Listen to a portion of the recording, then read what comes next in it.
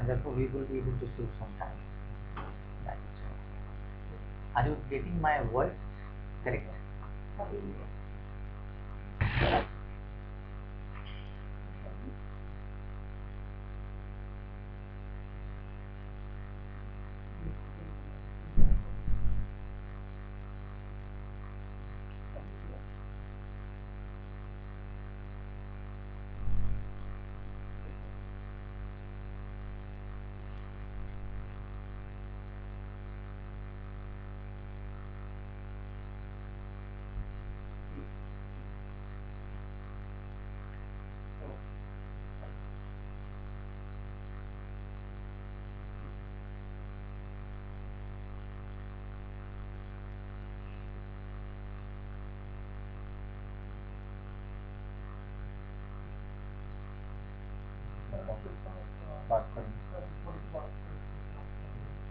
Today we have assembled here in this national panel discussion on the topic of allergic rhinitis. Where could we go wrong? And I have with me very eminent panelists. To begin with, Dr. Major K. Nagaraju. He is the thank you, Dr. Raj Tilak. Thanks for asking this question. Like this is having this main debate. Okay? Hello?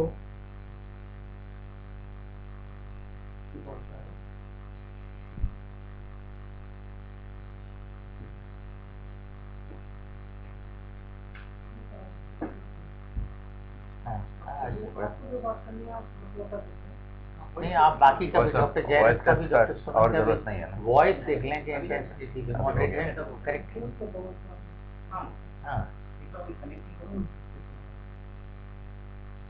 Actually doctor Nagaraju की voice थोड़ा ऊपर रहती है that's his natural tone and we would like him to be natural थोड़ा कम करें but when subject comes automatically that's why I worry.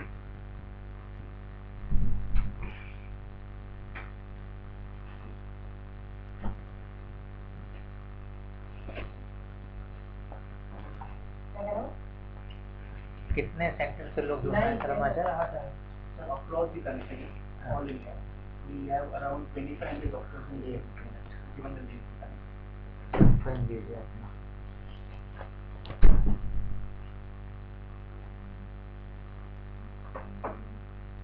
across the country कितना है 2500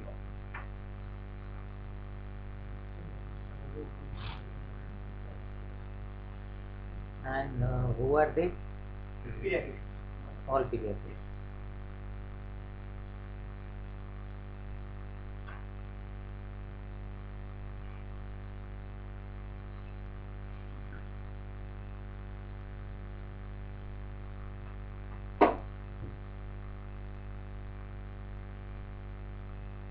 My first question is to Dr. Jairath.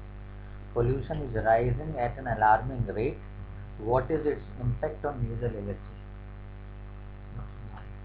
Yes, I think this is a very apt statement. Definitely, we are seeing an increase in number of rhinitis cases with the increase in pollution.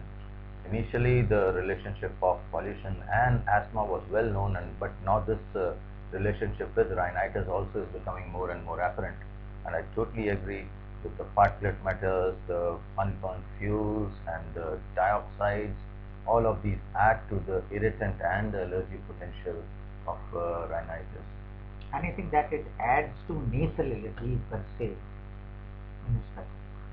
So initial response to any of these pollutants is an irritant response, so which is more of a neutrophilic response, and then the sensitization happens, and definitely the rhinitis allergic potential of the pollutant increases the incidence of allergic rhinitis. Dr. Jairath, it is said that children are more susceptible to the impact of pollution. Do you really feel that way? And if so, what are the various reasons that you would like to attribute? First of all, I think it's the anatomical consideration. Children have smaller nasal passages, so any incident, any inflammation in the passages is likely. Right, so you will do next question to Dr. Nagaraju. Dr. Nagaraju, how do we clinically diagnose allergic rhinitis? Allergic rhinitis only by clinically only. Clinical. Very good history. That is the only thing. What is called as cardinal signs of allergic rhinitis: sneezing and nasal block and rhinorrhea and nasal itching. The four cardinal signs will be present. In presence of that symptoms, and along with the physical signs, that is allergic sinus, dark rings under the eye, and there is allergic line, and also there is a Danish marking codes. Okay, sir. My next question to you would be, which is a new addition, how can we confirm this? Sir, I would like you to add to that nasal eosinophil concept, which probably is missing in India and people are not. How can we confirm?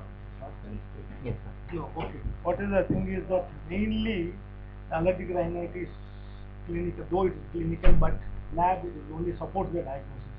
Mainly in the form of first confirmation is by taking the nasal eosinophil count by Einstein in high power, more than 5 eosinophils in power. It may be confirmative, but only thing is non-allergic rhinitis also there is eosinophils will be there.